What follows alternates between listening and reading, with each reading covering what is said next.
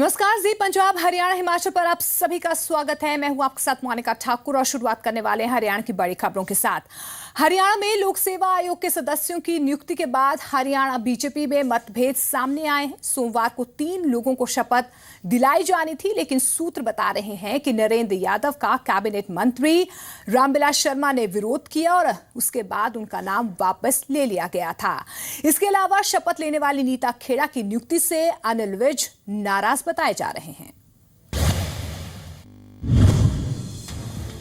हरियाणा लोक सेवा आयोग के 2 सदस्यों के पद और गोपनीयता की शपथ लेते ही आयोग के अब चेयरमैन समेत 7 सदस्य हो गए हैं। सोमवार को काफी गहमागहमी के बाद हरियाणा पंजाब के राज्यपाल कप्तान सिंह सोलंकी ने हरियाणा राजभवन में नीता खेड़ा और जय भगवान गोयल को पद और गोपनीयता की शपथ दिलाई। लेकिन इस बीच खबर ये भी है कि नए सदस्यों की नियुक्ति के दौरान ही बीजेपी की अंदरूनी कलह भी सामने आई है। दरअसल पहले आयोग में 3 नए सदस्य बनाए जाने की चर्चा थी। कल दोपहर तक इनमें नांगल चौधरी से नरेंद्र यादव का भी नाम शुमार था, लेकिन नरेंद्र यादव कांग्रेस नेता रावदान सिंह के नजदीकी बताए जाते हैं, लिहाजा उनके खिलाफ महेंद्रगढ़ से आने वाले बीजेपी के कद्दावर नेता और कैबिनेट मंत्री रामविलास शर्मा ने विरोध का झंडा बुलंद कर दिया। रामविलास शर्मा ने अपनी नाराजगी जताने के लिए दिल्ली दरबार का भी दरवाजा खटखटाया और आखिरकार पार्टी को नरेंद्र यादव का नाम काटना पड़ा।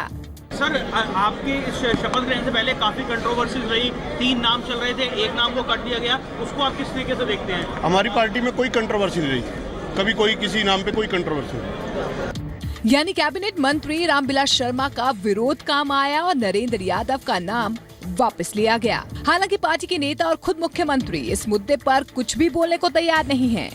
3 नियुक्तियों की खबर थी, लेकिन एक नाम जो वो अचानक हटा है। इसके पीछे वजह ये मानी जा रही है कि जिन तीसरे सदस्य का नाम था वो कांग्रेस के नजदीकी है। देखिए, दो सदस्यों की नियुक्ति अभी खाली है, 2 सदस्यों की नियुक्ति बहुत जल्दी हो जाएगी। वैसे नाराजगी तो नीता खेड़ा और जय भगवान गोयल के नाम को लेकर भी थी। अंबाला से आने वाली नीता खेड़ा के नाम को लेकर तो कैबिनेट मंत्री अनिल विज खफा बताए जा रहे हैं। बड़े नाम चल रहे थे। देखिए, ये तो ऐसा है, इस बात पे मैं क्या कहूँ। अब जब संगठन ने मेरे नाम के फैसला किया है तो दैट इज फाइनल। इस शपथ ग्रहण समारोह में ना तो अनिल विज पहुंचे और ना ही रामविलास शर्मा। कैबिनेट मंत्री राव नरबीर ने भी शपथ ग्रहण समारोह से दूरी बनाए रखी। साफ है कि इस पूरे विवाद से पार्टी को खासी फजीहत का सामना करना पड़ा। कुलबीर दीवान के साथ ब्यूरो रिपोर्ट, जी मीडिया, चंडीगढ़। देश के किसानों के मुद्दों को गंभीरता से उठाने के लिए अखिल भारतीय किसान सभा ने कमर कस ली है। हिसार में हुई राज्य स्तरीय बैठक के बाद किसान सभा के सदस्यों ने बताया कि किसानों के मुद्दों पर 24 नवंबर को संसद का घेराव किया जाएगा। ये तस्वीरें हिसार में हुई अखिल भारतीय किसान सभा की राज्य स्तरीय बैठक की है। बैठक में देश भर के किसानों की समस्याओं को लेकर मंथन हुआ और कई बड़े फैसले लिए गए।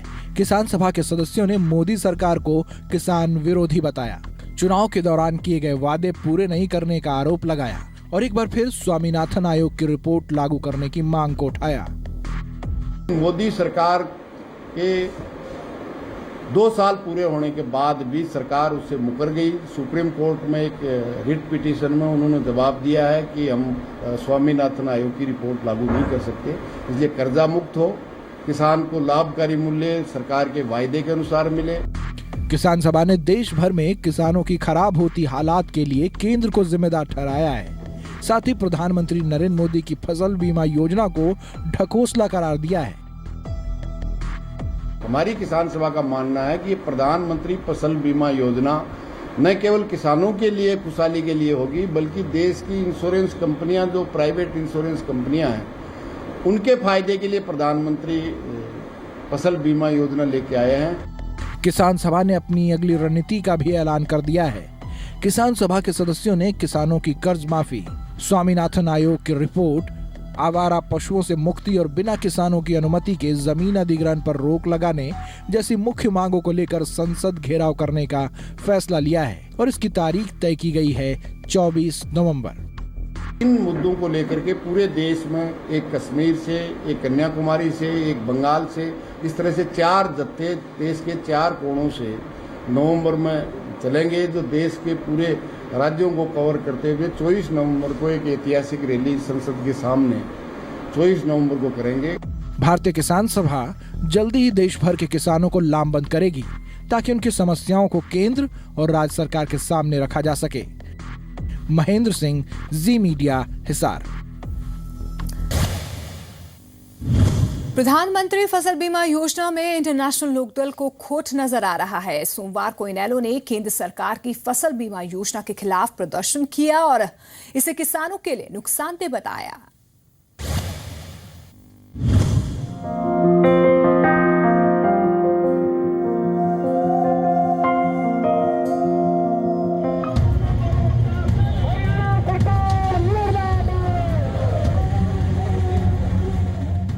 प्रधानमंत्री फसल बीमा योजना पर हरियाणा में सियासत शुरू हो गई है। प्रदेश सरकार की ओर से भले ही प्रधानमंत्री फसल बीमा योजना को किसानों के लिए फायदेमंद बताया जा रहा हो, लेकिन प्रदेश की मुख्य विपक्षी पार्टी इनेलो को इसमें खोट नजर आ रहा है। इनेलो के मुताबिक ये बीमा योजना किसानों के लिए नुकसानदेह है। प्रधानमंत्री बीमा फसल योजना के विरोध में इनेलो ने प्रदर्शन किया और इसे वापस लिए जाने की मांग की।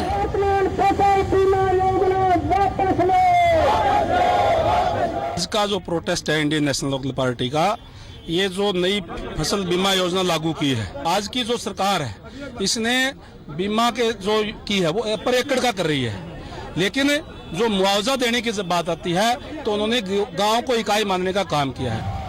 इनेलो भले ही प्रधानमंत्री फसल बीमा योजना में खामियां गिना रही हो, विरोध कर रही हो, लेकिन बीजेपी इनेलो के विरोध को उसकी खिसियाहट बता रही है। लोगों को तो मैंने आपसे कहा ना, दुकानदारी बंद हो गई है, तब क्या बोले वो? उनकी दुकानदारी किसान थी, किसान आज बीजेपी के हक में आ रहा है।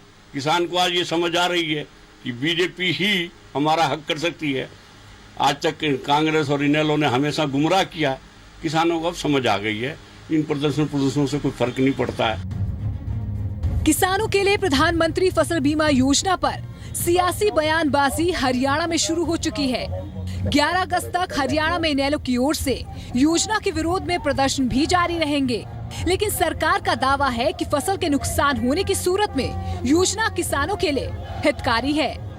महेंद्र सिंह के साथ ब्यूरो रिपोर्ट, जी मीडिया, हिसार। हरियाणा में 134A का पालन नहीं हो रहा है। प्राइवेट स्कूल संचालक अभी भी नियम 134A के तहत बच्चों को एडमिशन देने में आनाकानी कर रहे हैं। गुरुग्राम में गरीब बच्चों के अभिभावकों ने निजी स्कूलों पर धारा 134A के तहत एडमिशन के मामले में मनमानी का आरोप लगाया। शिक्षा विभाग से लेकर प्रशासन तक के तमाम वायदों के बाद भी नियम 134A के तहत वीकर सेक्शन के बच्चों का निजी स्कूलों में दाखिला नहीं हो पा रहा। गुरुग्राम में अभिभावक नियम 134A के तहत अपने बच्चों के दाखिले के लिए स्कूलों में चक्कर लगा रहे हैं, लेकिन स्कूल प्रबंधन उनके बच्चों का दाखिला नहीं ले रहा। इन अभिभावकों की माने तो उनके बच्चों का टेस्ट लेने के बाद भी दाखिला नहीं किया जा रहा है। अजीज आए अभिभावकों ने प्रदर्शन किया। 134A के तहत गरीब बच्चों का जिनकी इनकम 2 लाख रुपए से कम है, उनके दाखिले निजी स्कूलों में होने होते हैं और वो बच्चे फ्री पढ़ते हैं 12वीं कक्षा तक। 9वीं से 12वीं तक 50 से 70 रुपये फीस ली जाती है, एज पर स्ट्रीम आर्ट है, कॉमर्स है या साइंस है। यहाँ पे या तो बच्चों के दाखिले हो ही नहीं रहे या किसी भी तरीके से दबाव बना के हमने दाखिले करवा दिए तो स्कूल वाले फीस मांग रहे हैं। वही प्रशासन ऐसे स्कूलों पर कार्रवाई करने की दुहाई दे रहा है। एडीसी की माने तो ऐसे स्कूलों को नोटिस भेजा गया है और एडमिशन न करने पर कार्रवाई की जाएगी। मैंने स्वयं इंडिविजुअल लेटर्स लिख के प्रिंसिपल से भी आग्रह किया है कि बच्चों का एडमिशन वो करवाएं। अगर किसी कारण से बच्चों का एडमिशन नहीं हो पा रहा है तो उन स्कूलों के खिलाफ अवश्य कार्रवाई की जाए। हरियाणा में नियम 134A को लेकर लंबे समय से विवाद बना हुआ है। निजी स्कूल प्रबंधन लगातार नियम 134A के विरोध में है और उसका खामियाजा अब अभिभावकों और बच्चों को भुगतना पड़ रहा है। आलोक उपाध्याय के साथ ब्यूरो रिपोर्ट, जी मीडिया, गुरुग्राम।